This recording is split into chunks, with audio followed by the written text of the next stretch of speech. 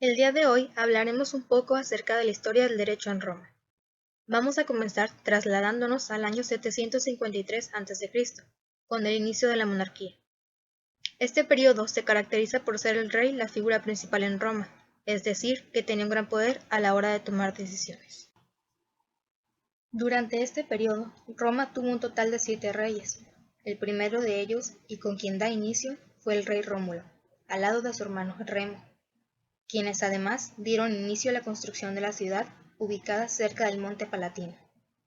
Según la historia, se cree que Rómulo asesinó a Remo y posteriormente invitó a varios criminales, esclavos que habían logrado escapar y exiliados a habitar la nueva ciudad. Rómulo, para conseguir mujeres a sus nuevos habitantes, decide organizar un festival e invitar a los sabinos con el fin de raptar a sus mujeres y llevarlas a Roma. Esto desencadena una guerra entre sabinos y los nuevos habitantes de Roma. Sin embargo, Rómulo consigue unir a ambos grupos bajo un nuevo gobierno, una diarquía, es decir, el poder ya no le pertenecía únicamente a Rómulo, sino que ahora lo compartía con el líder sabino Tito Tasio. A lo largo de este nuevo gobierno, Rómulo clasifica a los habitantes en dos tipos, los que tenían la fuerza suficiente para combatir y defender a Roma y los que no.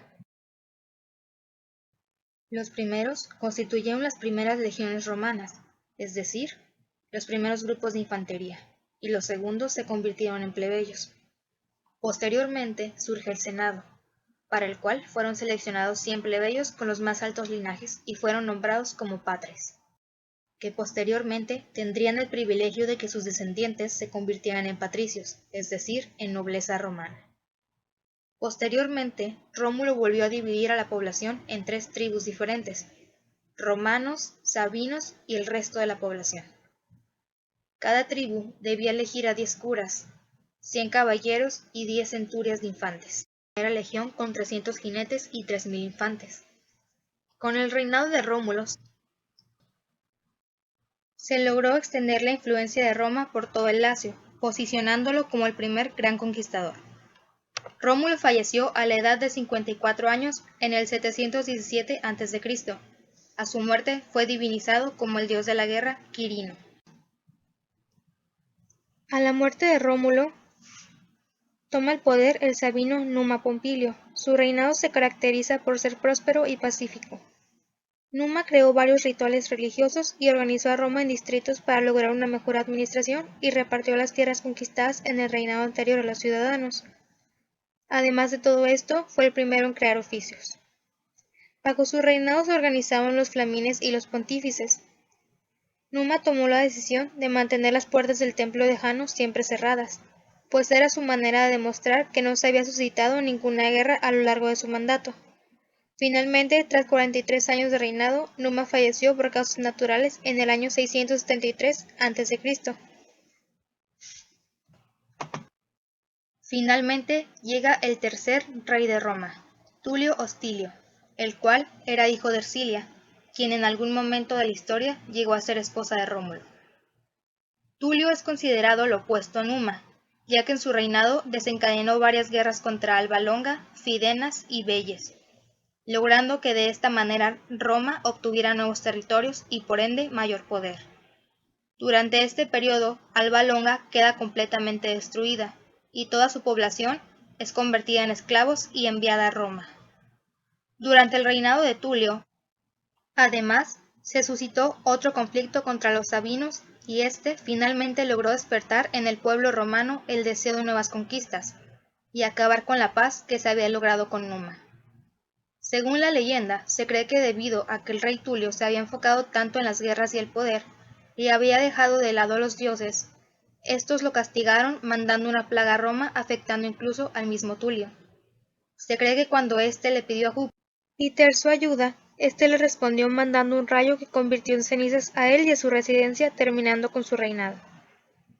Trasladándonos al 641 a.C., llega al trono el sabino Anco Marcio, nieto de Numa Pompilio. Él, al igual que en el periodo de su abuelo, su reinado fue muy pacífico. Las únicas guerras en las que participó fueron aquellas suscitadas para defender los territorios que ya le pertenecían a Roma. Anco fue quien construyó la primera prisión romana, justo en la colina del Capitolio. y además construyó el puerto romano de Ostia en la costa del Tirreno, facilitando posteriormente el comercio. Por medio de la paz de Anco, varias aldeas se unieron en alianza con Roma, consiguiendo así el control de los latinos. Tras 24 años de reinado, murió al igual que su abuelo de forma natural, siendo recordado como el gran pontífice de Roma. Anco fue el último de los reyes latinos sabinos de Roma. Proseguimos con el quinto rey de Roma, Tarquinio Prisco, en el 616 a.C. Este fue el primero en ser de origen etrusco y además era el hijo adoptivo de Anco Marcio. En su reinado, a base de varias guerras, logró doblar el tamaño de Roma y obtener una gran riqueza. Tarquinio tomó la decisión de añadir 100 miembros al Senado provenientes de las tribus etruscas previamente conquistadas. Duplicó el ejército y utilizó a grandes grupos obtenidos durante sus campañas militares para comenzar a construir los monumentos en Roma y el alcantarillado de la ciudad. Tarquinio fue el creador de los Juegos Romanos y del Circo Máximo. Además de los cargos civiles, su muerte tuvo lugar después de 38 años de reinado a manos de los hijos legítimos de su predecesor Anco Marcio. El sexto rey de Roma llega en el 578 a.C., Servio Tulio, yerno de Tarquinio. Servio construyó las murallas que cercaron las 7 colinas romanas.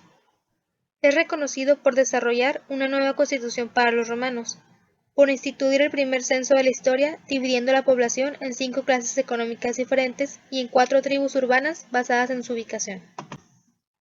En su reinado se estableció el derecho al voto con base en la riqueza económica, por lo cual el poder se vio reflejado únicamente para la élite de Roma.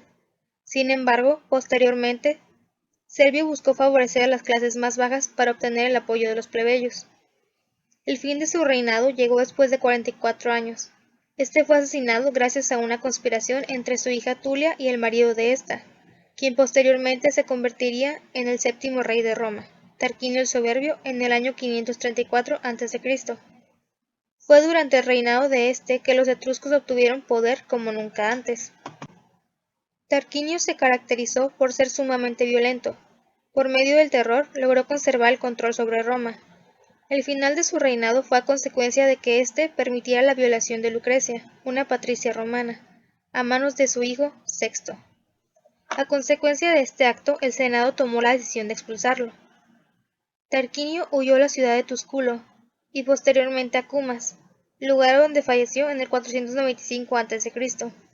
Su expulsión dio fin a la influencia etrusca en Roma y en el Lacio, estableciéndose una nueva constitución republicana en el 510 a.C., dando fin a la era monárquica en Roma.